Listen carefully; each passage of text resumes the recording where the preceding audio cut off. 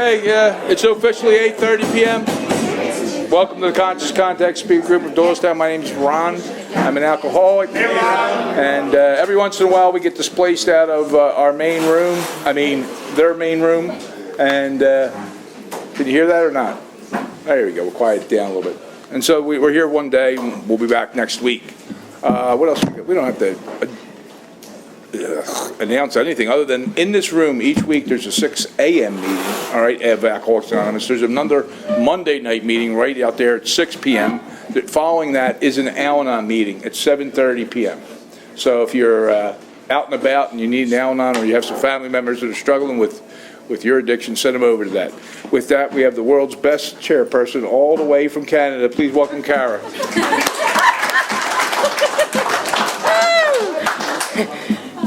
As we say, we have to have a sense of humor. We didn't get sober not to have a sense of humor. But with that note, hello everybody. My name's Kara, and I'm a grateful recovering alcoholic. Welcome home, everybody. Alcoholics Anonymous is a fellowship of men and women who share their experience, strength, and hope with each other that they may solve their common problem and help others recover from alcoholism. The only requirement for membership is a desire to stop drinking. There are no dues or fees for AA membership. We are self-supporting through our own contributions. AA is not allied with any sect, denomination, politics, organization, or institution, does not wish to engage in any controversy, neither endorses nor opposes any causes. Our primary purpose is to stay sober and help others, alcoholics, to achieve sobriety. Now I would like to ask Brian to come up and read the Just for Today prayer. Yeah. Woo-woo!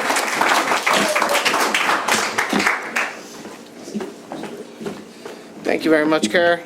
Good evening, ladies and gentlemen. My name is Brian, and I am an alcoholic. This is Just for Today, a prayer of recovery.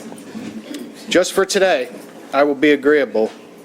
I will look as well as I can, dress becomingly, talk low, act courteously, criticize not one bit, not find fault with anything, and not try to improve or regulate anybody except myself. And with that, I'm going to bring Will up here. Will's going to read our AA preamble.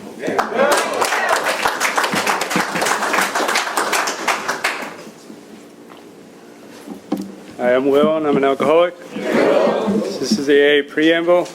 Alcohol Anonymous is a fellowship of men and women who share their experience, strength, and hope with each other, that they may solve their common problem and help others to recover from alcoholism. The only requirement for membership is a desire to stop drinking. There are no dues or fees for AA membership. We are self-supporting through our own contributions. AA is not allied with any sect, denomination, politics, organization, or institution, does not wish to engage in any controversy, neither endorse nor oppose any cause. Our primary purpose is to stay sober and to help other alcoholics to achieve sobriety. Now I have Michelle to come up and read the AA 12 Steps of Recovery.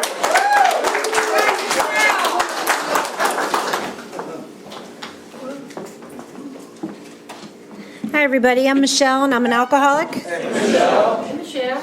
The AA 12 Steps of Recovery. 1. We admitted we were powerless over alcohol, that our lives had become unmanageable. 2. Came to believe that a power greater than ourselves could restore us to sanity. 3. Made a decision to turn our will and our lives over to the care of God as we understood Him.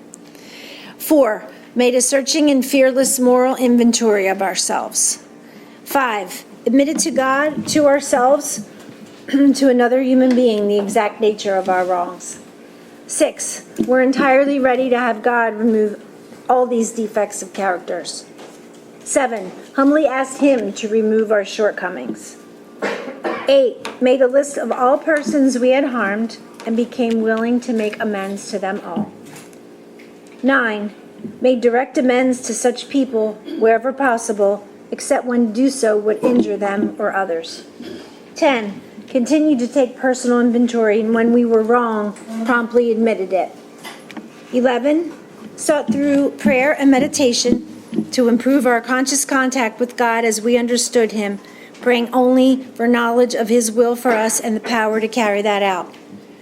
And 12, having had a spiritual awakening as a result of these steps, we try to carry this message to alcoholics and to practice these principles in all our affairs. And I'd like to bring Kara back up.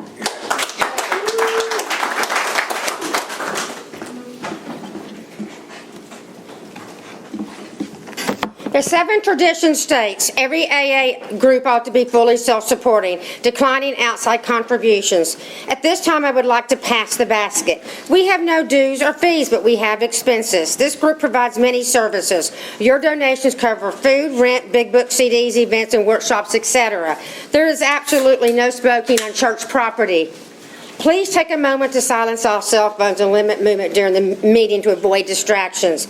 Now, I'd like to introduce the speaker as a good friend of the Conscious Contact Speaker Group. Let's give Sarah H. She came up from Valley Forge, Pennsylvania, a warm welcome. Woohoo!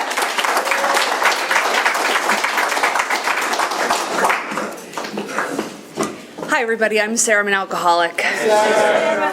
And this is a much less intimidating room to be in, so I'm so grateful that there is a wedding going on. It's just like a regular meeting, and I want to thank the group for having me. It was like a welcome committee when I walked in.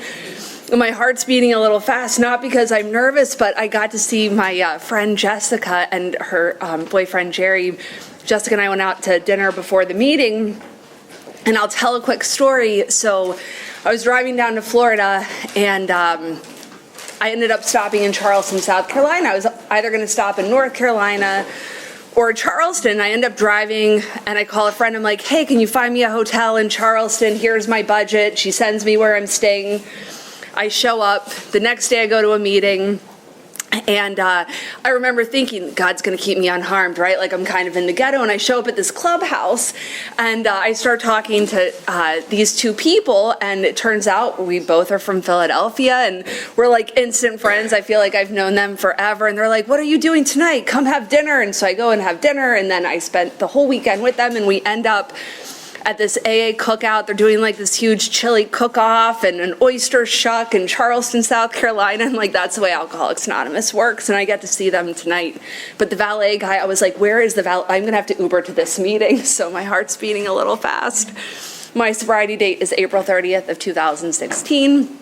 My home group is Freedom in the Park. We meet Monday nights in Valley Forge, Pennsylvania, not Mexico. It's a big book meeting. All are welcome. And funny story, I was thinking about what Charlie Parker would say about like how Alcoholics Anonymous is like the biggest bait and switch program going on.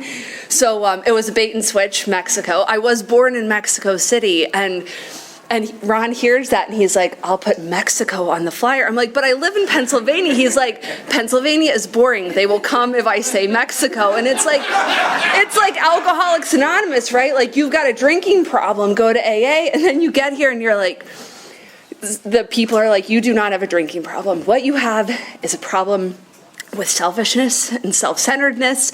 You have a spiritual malady, which only a spiritual solution will conquer, right? And that is true, and that's been my experience. So I started drinking when I was 12, and I remember the first time that I drank. My parents had this really cool bar room. I invited a couple girls from school over. I poured every type of liquor I could get into a highball glass, blacked out. So did they, and like they never wanted to drink again. I was like, oh my God, like I loved what alcohol did for me, right? Not to me, but for me. You became interesting, just life was better. And I drank that way from 12 to when I got sober the first time at 24. And I have two different sobriety dates, so I'll kind of weave that in. And my parents were very eccentric. Both are alcoholic. My stepdad got sober 14 years ago. I'm still, saving a seat for my mother, Mary Jane. Maybe one day she'll get here.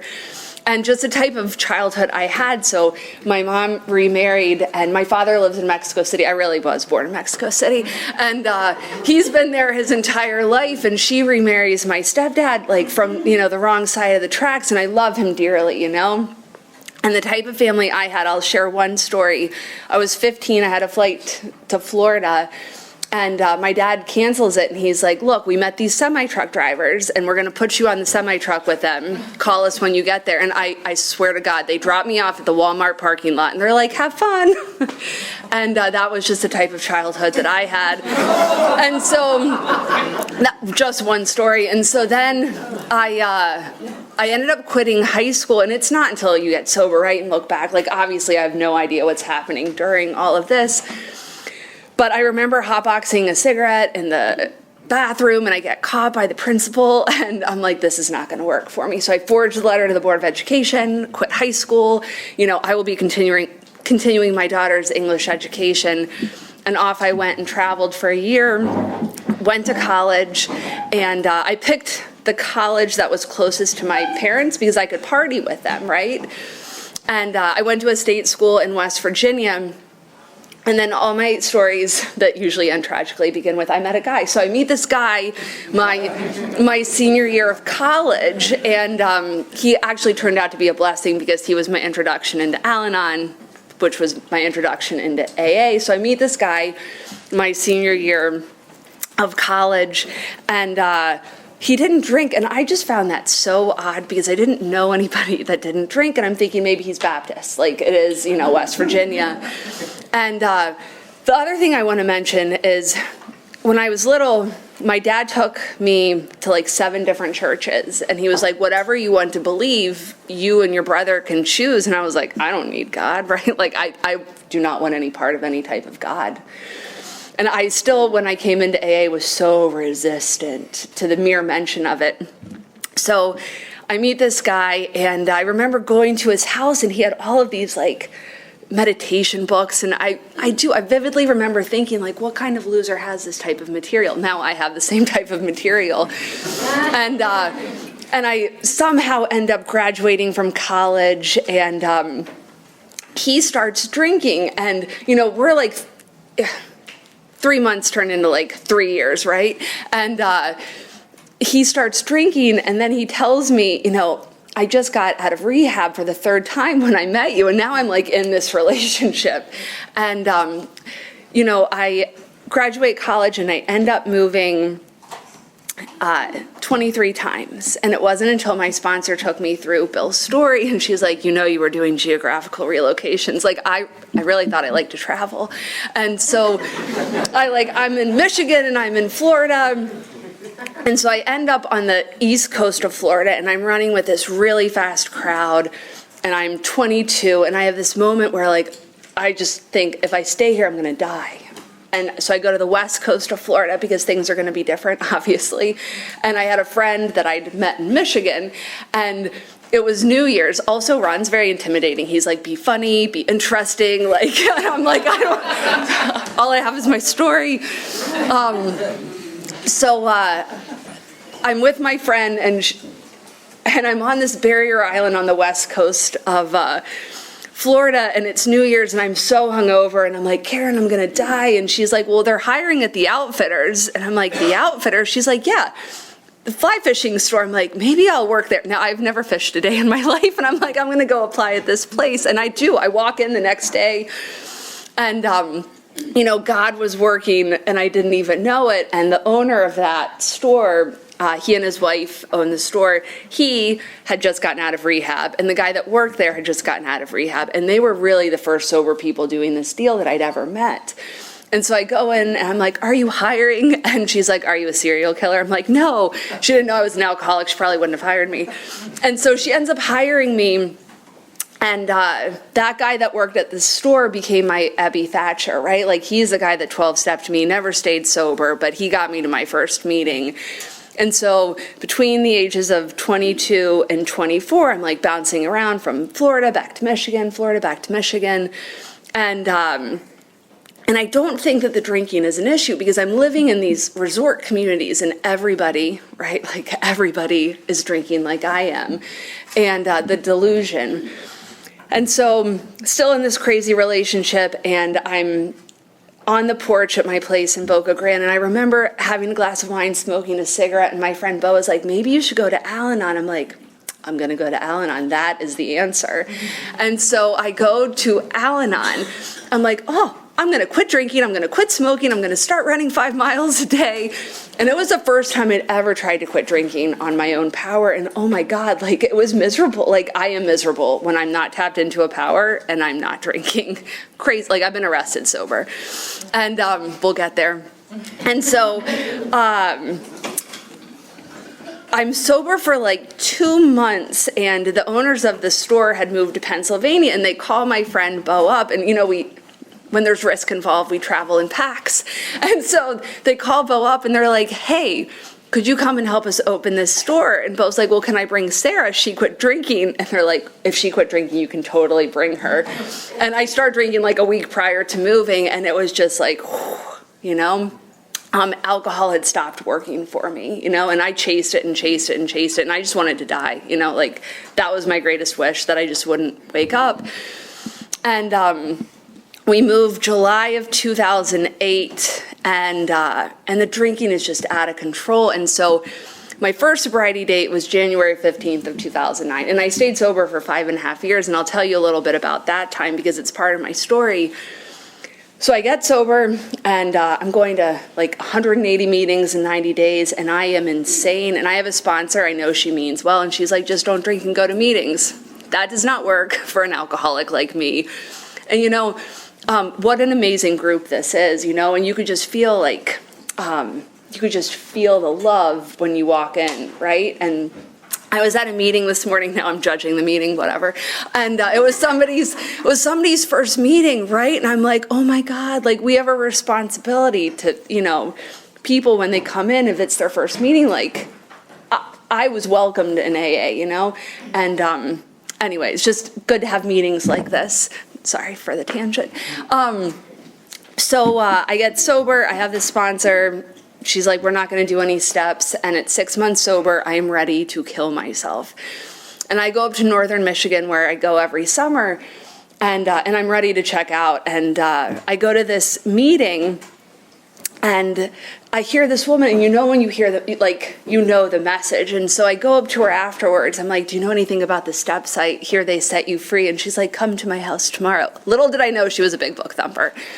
So she spends, and I did, I went to her house the next day, and it was the first time that anyone had opened up the book and explained what alcoholism was. Like, I'm raising my hand, I'm Sarah, I'm an alcoholic. I don't even know what that means, and she's like, do you have this allergy that they described? Do you have this phenomenon of craving? Do you have this mental obsession?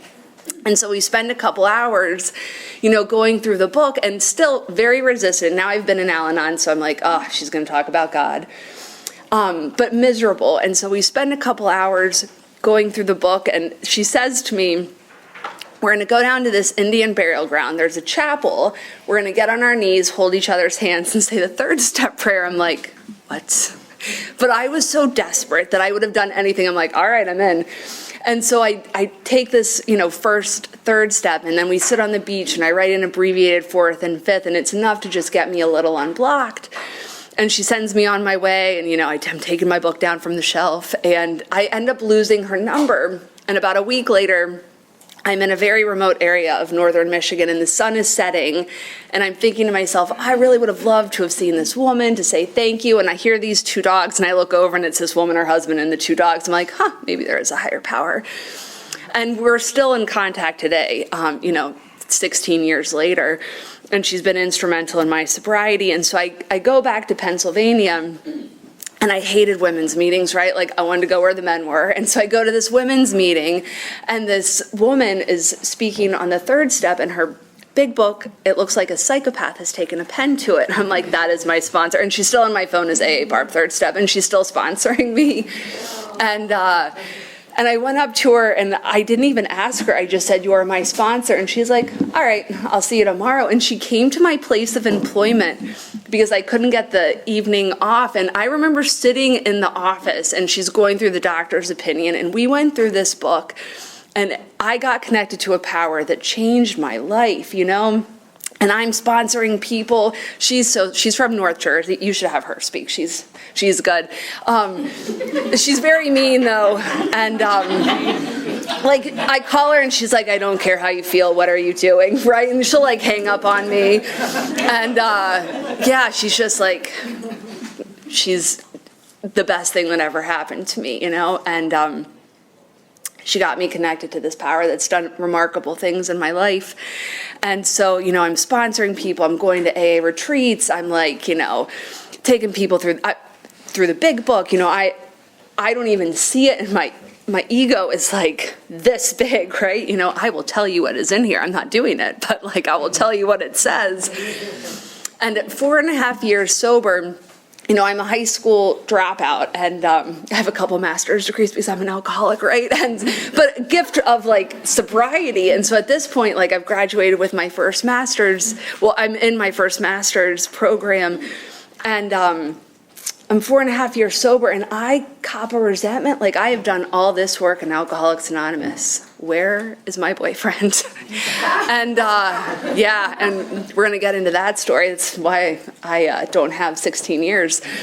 And so I meet Mr. Wrong in Alcoholics Anonymous, and I have 4.5 years. And he has 30 days, and I justified in my mind because he'd had time before, so he's not really a newcomer, you know? And it's funny, but it's not, because like, you know, the third step says we make this decision, right? I want him, based on self that later places us in a position to be hurt, therefore we think all of our troubles are of our own making. I create this whole thing. And so I really thought, like, we are going to be running big book retreats by the end of the summer. I'm going to get him hooked up with Eric. Eric will take him through the steps like that. Like, it's going to be magical.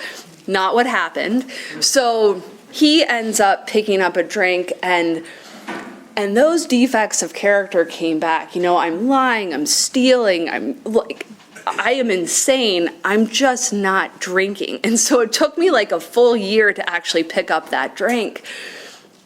And it was May of 2014, and I remember taking the train into Philadelphia where I was going to school, and I'd listen to this speaker, Mark Houston, and he would talk about how at 10 years sober, he got committed to a mental institution, and that's what it took him to get to God. And I'm like, oh my God, I'm going to a mental institution. And then I get arrested, and Latifah's my cellmate. I'm like, so it's jail. And I was either going to kill myself or pick up a drink. Like, I would have to hold on to that bench because like my mind was on fire, you know, no alcohol in 5.5 years, and just the insanity of living life run on self-will. And so I pick up a drink, May of 2014, I drank for 10 months. Then I was not drinking for a year, and I've been sober, you know, a little over 8 years. And, you know, he drank, I drank, he went to rehab, I went to rehab, he went to jail, and I could not stop getting arrested. I'm going to tell a story because my sponsor thinks it's hilarious. Out of all of the things that I could have gotten arrested for, and there are many of them, I got arrested for robbery of the dog. I took his dog, and that's what I got arrested for. And she's like, seriously, Sarah? But now you have a jail story. And so I get arrested, really, for robbery of the dog, and which is a felony. Yeah, and I get arrested, and I'm in jail for 1 month, and I don't have a felony on my record. Like, we got to drop down to disorderly conduct. But as a result of this jail stint, I walk out. I've been evicted. I've lost my job. This life that Alcoholics Anonymous had given me, gone like that. I'm out on a $15,000 bail. I have no money. I can't even get my car out of the impound lot. And I call these girls up from AA. I'm like, hey, do you have a room available? And so I call it my hippie house. I move into this house with these 5 girls from AA, and one had like this old Italian boyfriend in Kimberton, Pennsylvania. And I remember walking to the grocery store thinking like, oh my God, if I can't pay my car payment, like I'm gonna need to walk to work because like I've got probation for the next year. And so I go down to the grocery store, and at this point, first master's degree, applying for a part-time coffee barista position. And, you know, just to kind of show the unmanageability of my life, I graduated and I was drinking, and I knew like I can't work and drink, like it's not possible.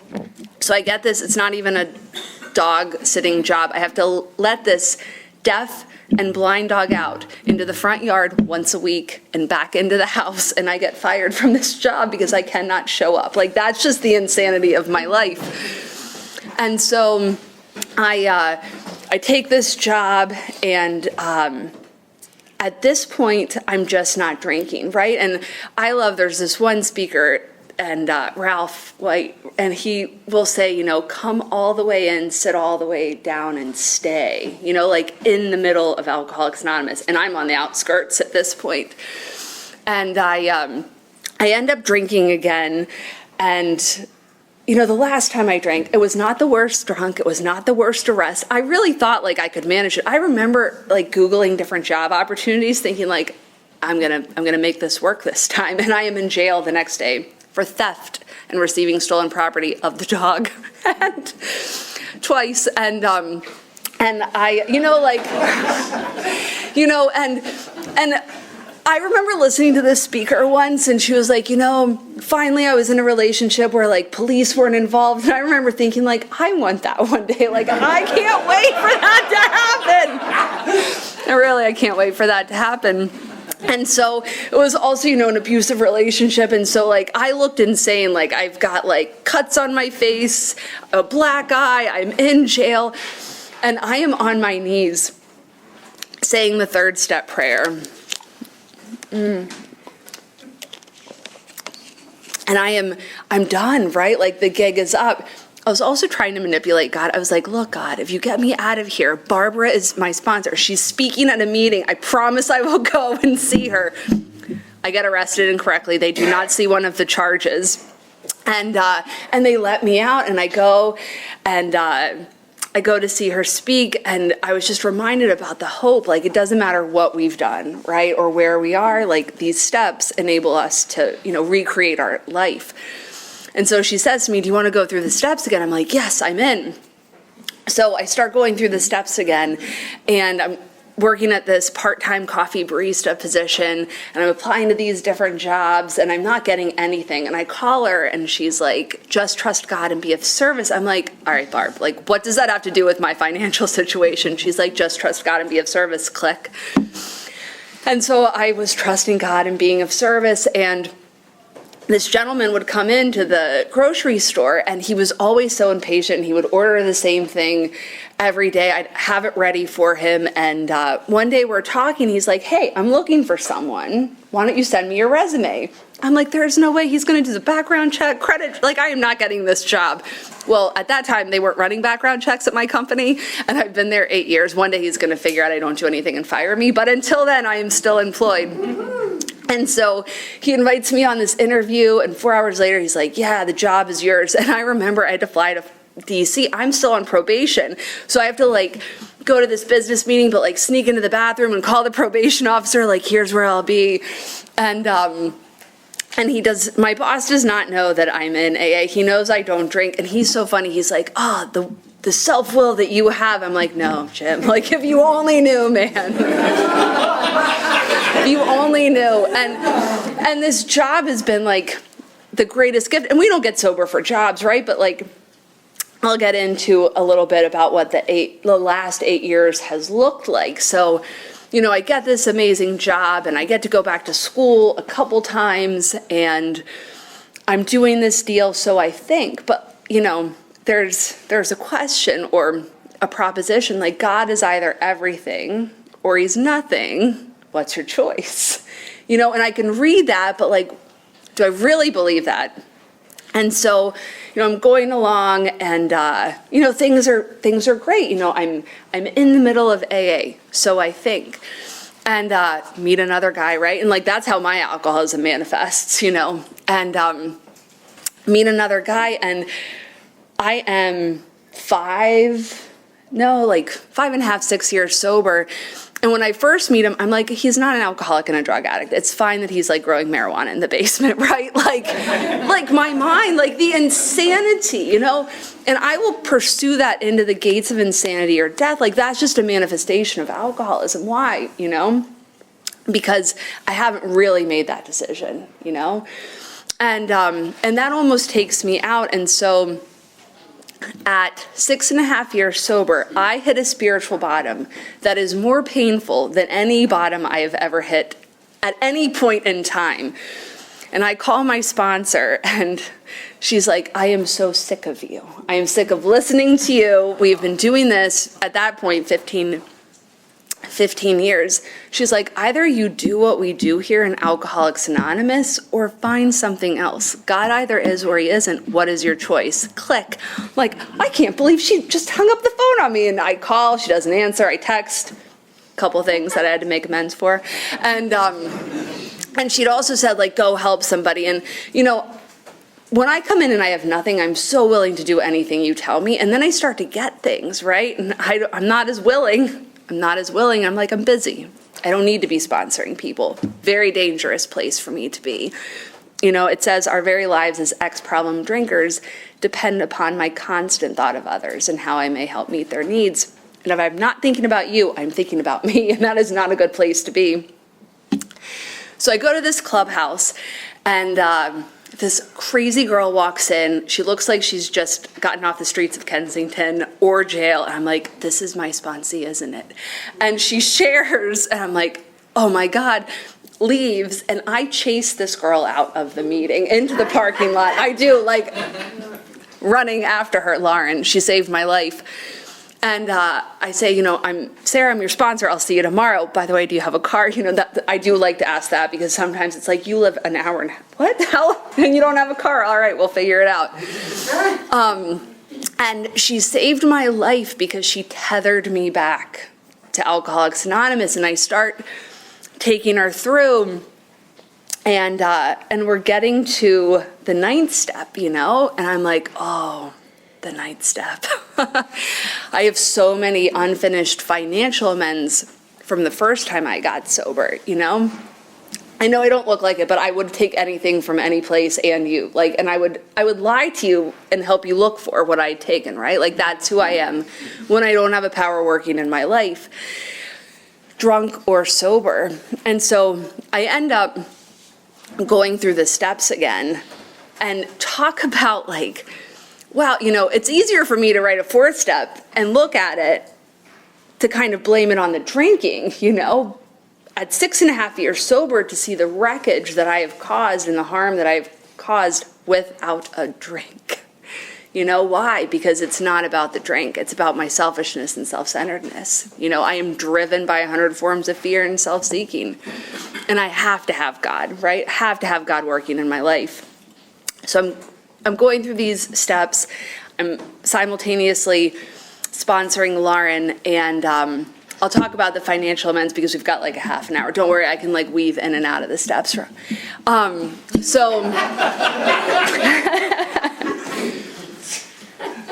So some of these financial amends, like I was like, I'm not willing to go to prison. You know, a lot I had to wait for like statute of limitations. And I was working down in Florida for my boss, and you know, my behavior resembles that of an active alcoholic, so much so at 6.5 years sober that my boss, not knowing that I'm in AA, asks a coworker if I have a drinking problem. Why? Because I can't get to work, I can't work at work, and I can't stay at work. You know, and so I've been there the last 2 years really trying to make it up, and I'm in the process of looking for a new job, which, like, I've written a lot of inventory. Plus, I was like, I better write inventory before I go and speak, so thank you. And so I'm down in Florida, and my sponsor and I are doing step work. And again, like, she's so mean. She's like, I'll talk to you every other Saturday at 6 a.m. And I'm like, yeah, that's so convenient, Barbara. Okay. So I know that the one thing, it's the one thing that she ingrained. I can't tell someone to do something if I'm not doing it, right? Which is why sponsorship is so great. So how am I going to go to Lauren and say, like, Lauren, you better be doing these financial amends if I can't pay any of the people back that I owe the money to? And I'd made a lot of amends, but I had a lot more to go. And at this point, I have a job that has given me the money, right, that I need to pay these people back. And, you know, that 9th step, the primary purpose of that step, right, is to fit myself to be of maximum service to God and the people about me, right? Like, that's the primary purpose, not so that I have a cool story, but so that I can, you know, get right with God, essentially. So Barb and I are talking, and she's like, are you finally willing? And I'm like, all right, I'm in. Like, if I go back to jail, that's fine, I guess. Like, I've been there now, like, at least I'll know what to do, right? And the next day, my boss gives me a raise and a bonus. And I swear to God, like, it is just enough to pay for like the majority of my financial amends. So I get back to Pennsylvania and I go to the bank and I take out a large, sum of cash, and I'm driving around Chester County. And I have this one friend, Ed, I share inventory with him a lot. And he's so funny because, I'll call him up and I'll be like, Ed, I'm resentful. And he's like, did you write? No. Well, call me back when you've written. And he hangs up the phone on me too. And so I am blessed to have these people in my life. And he was so great. He's like, do you want me to go to Wegmans with you in case they arrest you? I'm like, no, it's fine. I don't think they'll arrest me. So Wegmans is a grocery store in Pennsylvania. I think this is Pennsylvania, not Mexico. It's the jet lag from Mexico. Just kidding. I know. And so I go to Wegmans, and I'm grateful that, I have a sponsor that taught me how to do these steps, right? And she taught me so much, we don't speak like this in Alcoholics Anonymous. We don't dress like that in Alcoholics Anonymous. Like, this is what you should do. And so with the 8 steps, she did not have me write a list. She had me put my 8 step on note cards, which I like because, throw them away after they're finished. Am I willing, plus or minus the name, the harm, is it emotional, spiritual, like whatever harm it is, let me get really clear. And then we talk about it, right? And I pray about it and we decide like what is the amends that I need to make. And so obviously like I'm going through this process with her, and I go into Wegmans and I go up to the counter, may I please speak to the manager? And the woman's like, well, what do you need? Well, I just need a moment of the manager's time. Are you trying to sell us something? No, I just need like 5 minutes of it, not even. And so she was like, fine, I'll go get him. And she brings out this young kid. I got sober at 24, now I'm 40, like everybody looks young to me.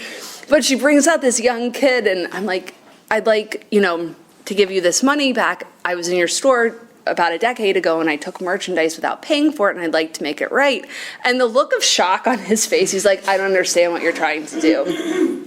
And I don't like to use Alcoholics Anonymous like I'm an AA and I'm here, right? Like that's like my last resort.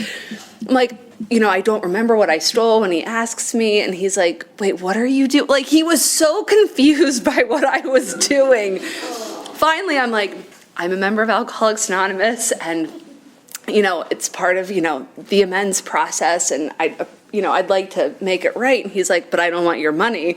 And he would not take that money. He's like, just continue doing what you're doing. And so I leave and I call Barb and she's like, you do know it's not your money and you're still going to have to give it to like a, organization that they donate to. And I go to this other grocery store. I stole a lot from, I don't know why. I go to this other grocery store and a woman from AA actually owns this particular grocery store. There are chains of them where I live. And I pull in and I was like on a life and death errand. I was like, if I don't get these amends made today, I'm like driving around the county.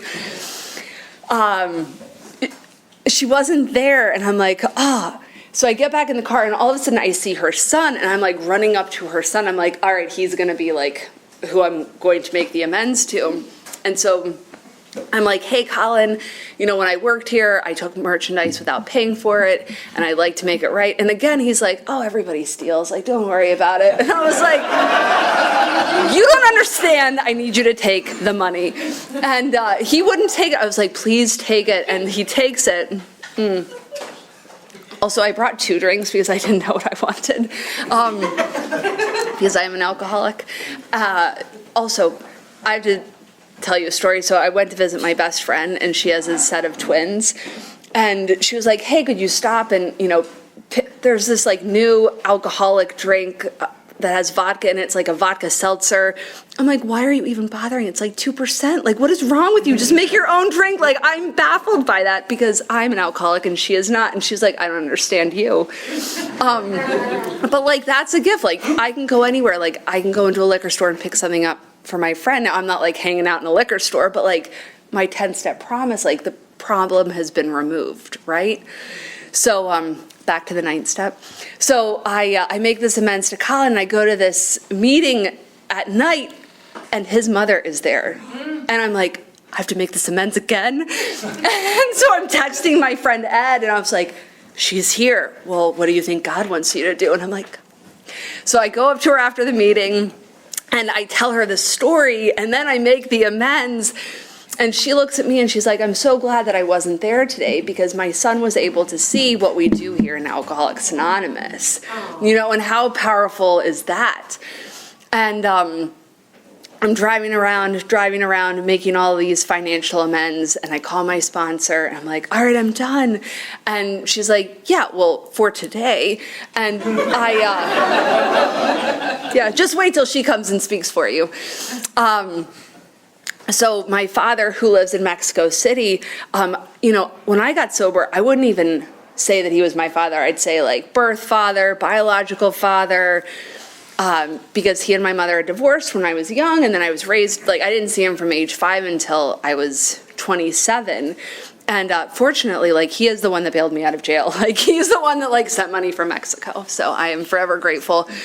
But I would make his visits here absolutely miserable, as you know, like we can make people's lives miserable. So just imagine that. And he just wanted a relationship with his daughter, and it was the one amends I was never going to make. And so I called my sponsor, and she's like, yeah, direct amends. I'm like, well, yeah, when he comes to the States to visit me. And she's like, when you get on a plane to go to Mexico.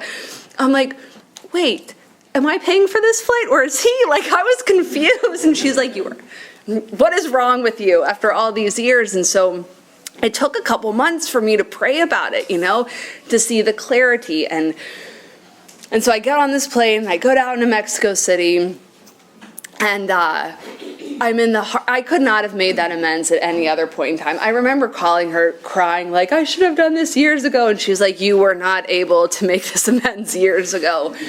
And also, if I'm not doing 10, 11, and 12, I have absolutely no power to carry out these amends. I'm running on my own, like I'm not doing it. And if I'm doing it, it's probably not good.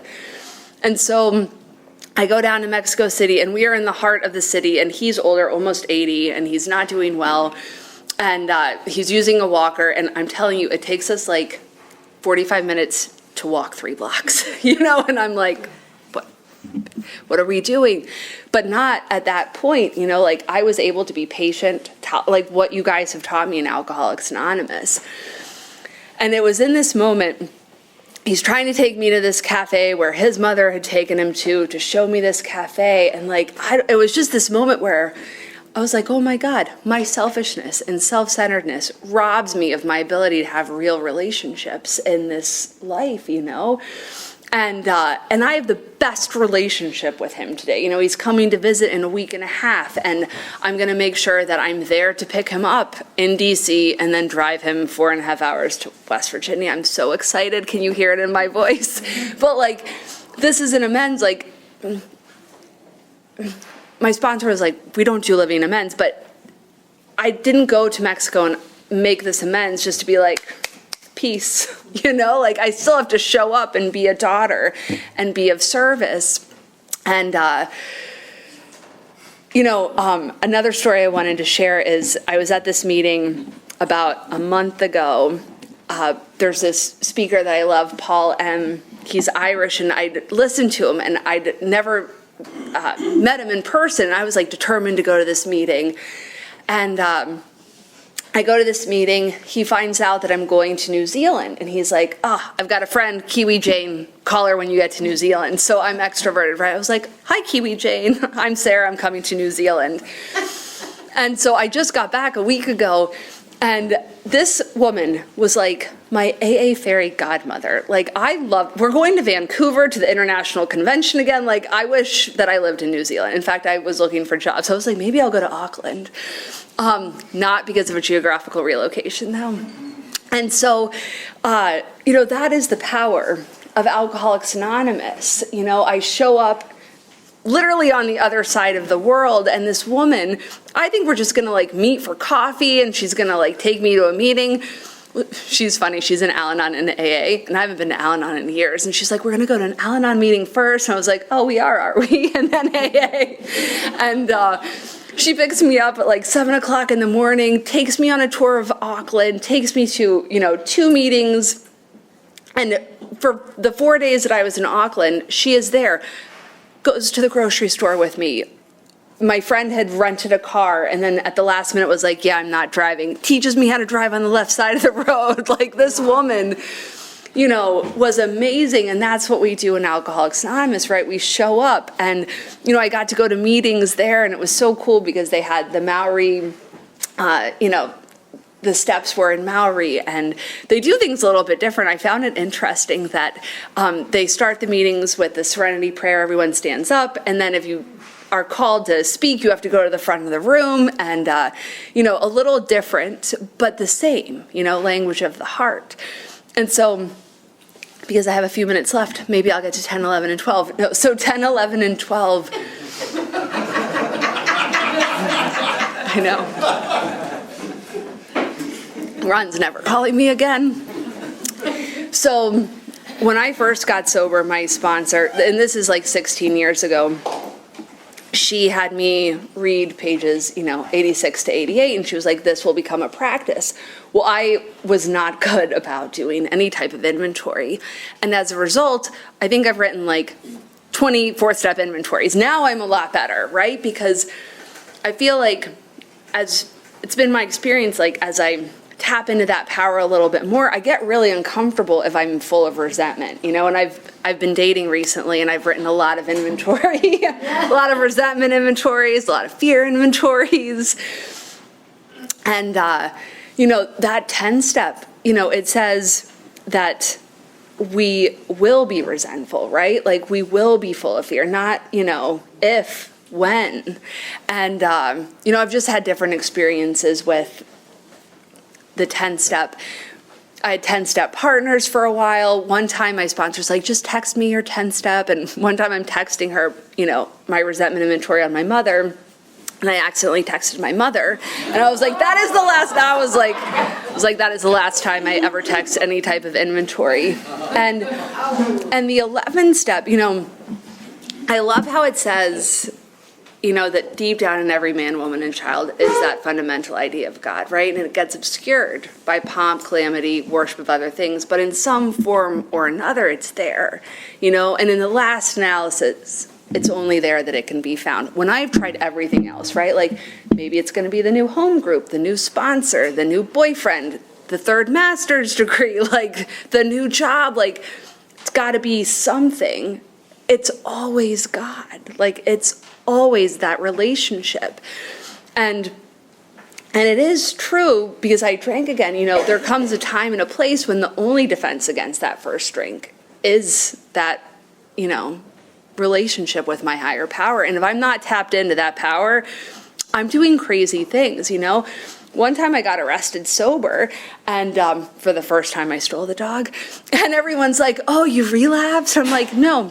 That's what untreated alcoholism looks like, I do not have to be drinking to be miserable. And so I get the sentiment that, a newcomer is a very important, the newcomer is the most important person in the room. Well, so is the woman or man that has 25 years of, not drinking, that's dying of untreated alcoholism. Like, they're just as important, And for me,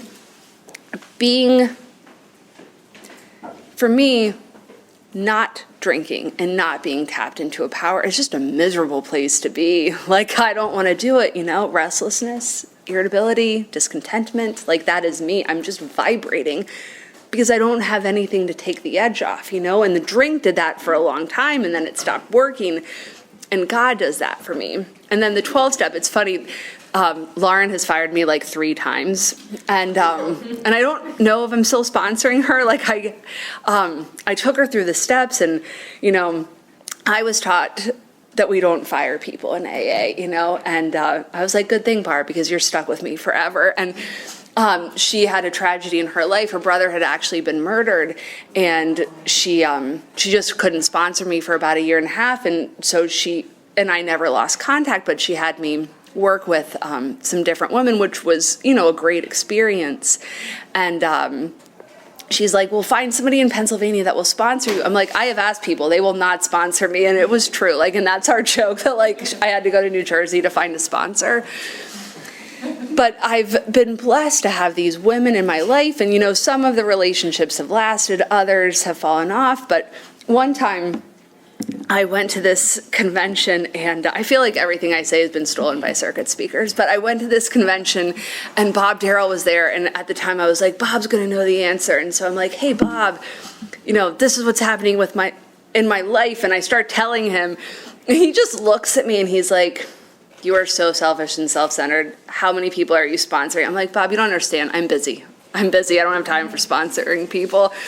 He's like, you should be sponsoring 5 people at the end of the month. And then he walks away. And then he walks back up to me and he's like, no, I think you're so selfish and self-centered. You should probably have 15. And then he walks away and I was like, Bob, you are no longer my favorite speaker in Alcoholics Anonymous. And, you know, I love the speakers. They've changed my life, you know, because for a long time when I was, you know, getting sober, I couldn't sleep at night, right? And I'd put these speakers on and I would just listen to them. And, you know, some of them they've meant a lot. Like I got to go and listen to Charlie Parker at the Appalachian Roundup before he passed away. And, you know, if you haven't had a chance to go to some of these conventions, it's amazing, right? And I don't know, I love Alcoholics Anonymous. It has changed my life. And the one thing I want to say is that this is not the solution, but it is the treasure map to get to the solution. You know, it has enabled me to tap into this power that has changed my life. And that's all I have. Thanks.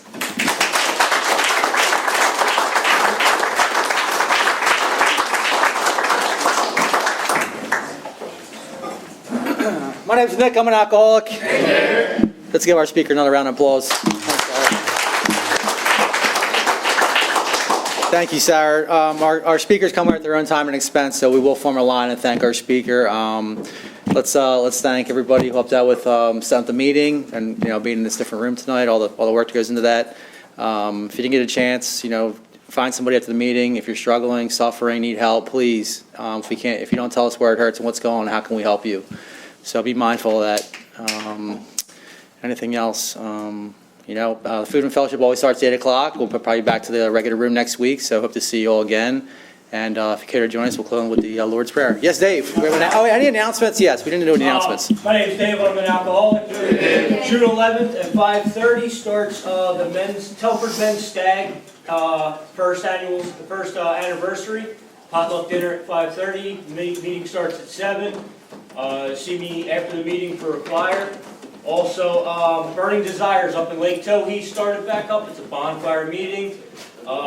Fire starts at 7. Meeting starts at 8:30. Come on out. Fellowship. Have a good time. And it is a men's meeting, but that night it's all are welcome. It is open to everybody, family, everybody. So come on out. Thank you very much. Close with the Lord's Prayer. Just stay where we are. I guess we'll just stay where we are. It's kind of tough. So, thank you. A moment of silence.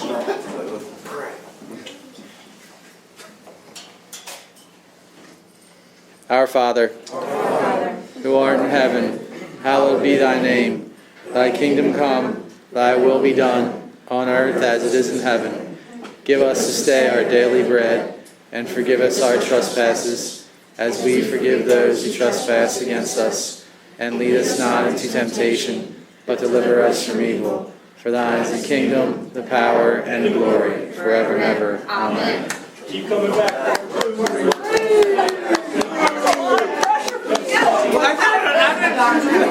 My wife says the same thing all the